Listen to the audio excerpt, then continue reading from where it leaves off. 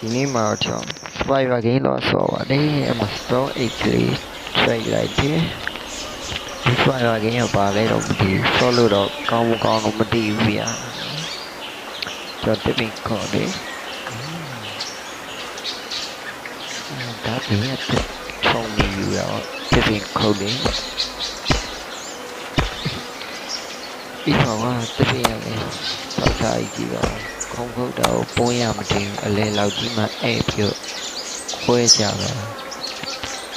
ကျွန်တော်စီကံရအပင်သေးတာဆိုမခုတ်ဘူးကြီးရအရွယ်ခုံမယ်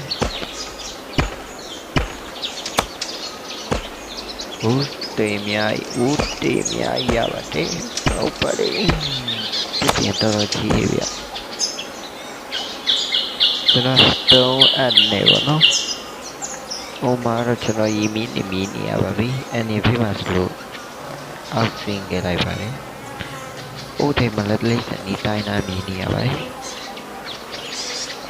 ဒီကျုံးပေါ်ဘသူမြင်လာမွေးတာလည်းမသိကျုံးကတင်းချင်းလေးကိုကောင်းရများ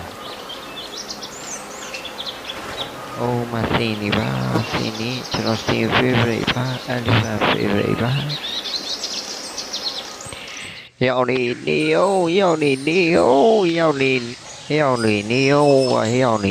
ရောက်နေဟာ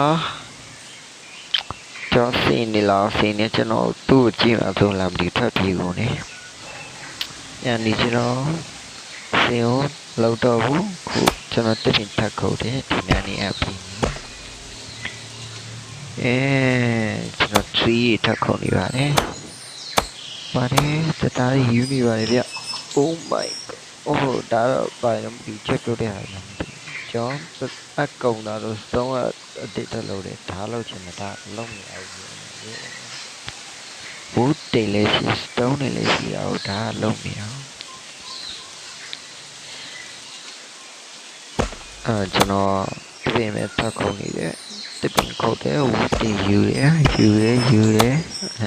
လစ်တီပဲရပါတော့ဝူတီရအများဆုံးရပါတယ်